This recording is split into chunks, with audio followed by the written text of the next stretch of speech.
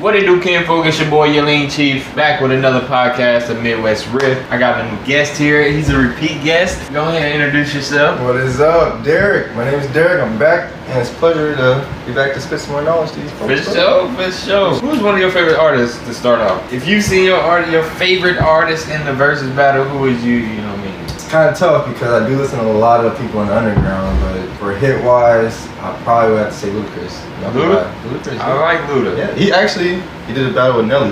Nelly's not bad. Nelly's not bad. He has like 4 songs that come to my head. Yeah, but off the back, when I think about Ludacris, you got to start off with Son of Hospitality, you got Act a Fool, Stand Up, Move, bro. Like, I can Too go Fast, on. Too Furious. Yeah, bro. That's why I like. That's probably like one of the. Probably a great artist off the top I can name, but like hits wise. Who else? Did you like that DMX versus Snoop? See, the DMX and Snoop, that's more of a nostalgia for all the 90s kids growing up, you know what I'm saying? I know a lot of people. See, I was going for Snoop, but you know, after I heard a bunch of DMX songs, I was like, damn. Well, see, yeah, but the thing with that is, Snoop, he kept it going longevity, but with DMX, you know how to in and out, you know, jail and stuff, that's stuff. But no, it's still nice. Going back to Memory Lane, though, I liked it. What's one of your favorite Snoop songs? I mean, I could say Gin and Juice.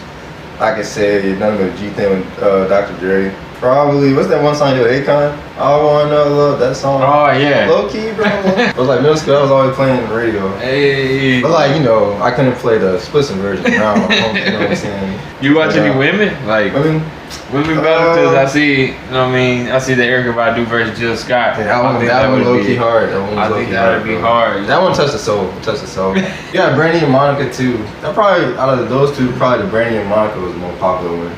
But the Jill Scott and the Erykah Badu, personally for me, you know what I'm saying? That touched hard. See, the one good thing about Corona is like it stopped a lot of these artists from like, you know, going out doing their tours and concerts. This versus battle was a great like consolation prize, you feel me, for the audience. Yeah. Show people like you used to love my music. Yeah, that's what I'm saying. Yeah, but the hits that I made some of an impact to the music industry. They still relate to today. You know what I mean? That's that one good thing about me. I love going back to like the old song. I mean, the songs nowadays cool and all, but like when you grow up, like especially me music in the 2000s, the music and hits they had, that's really what touched the heart.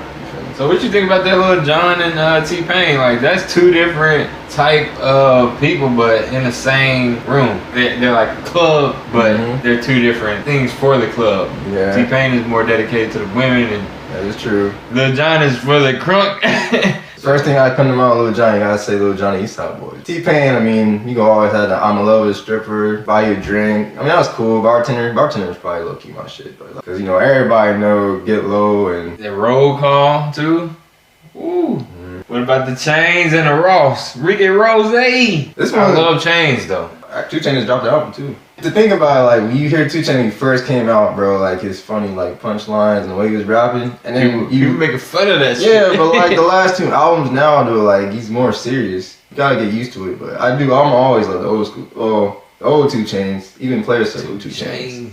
Yeah, they don't know about that. They don't know about T-Boy.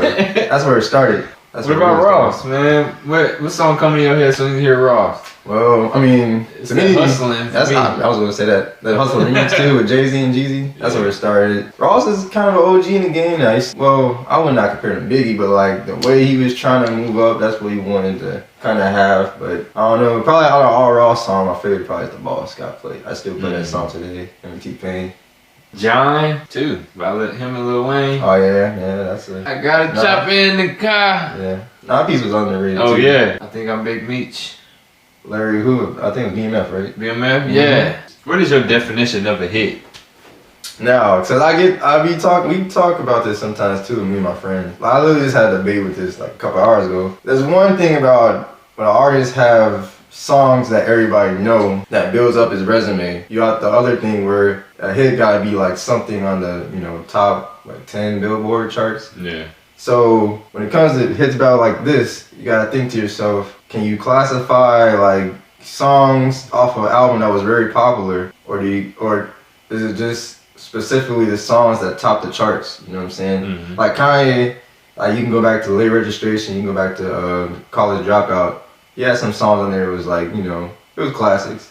Some didn't really make the top. I mean, the Billboard charts, but still to this day you still know it to this day. True. And a lot of artists, a lot of people like to debate like, well, if his song or that hit is not technically a hit like off the Billboard, I can't really classify it, but it just depends how you look at it.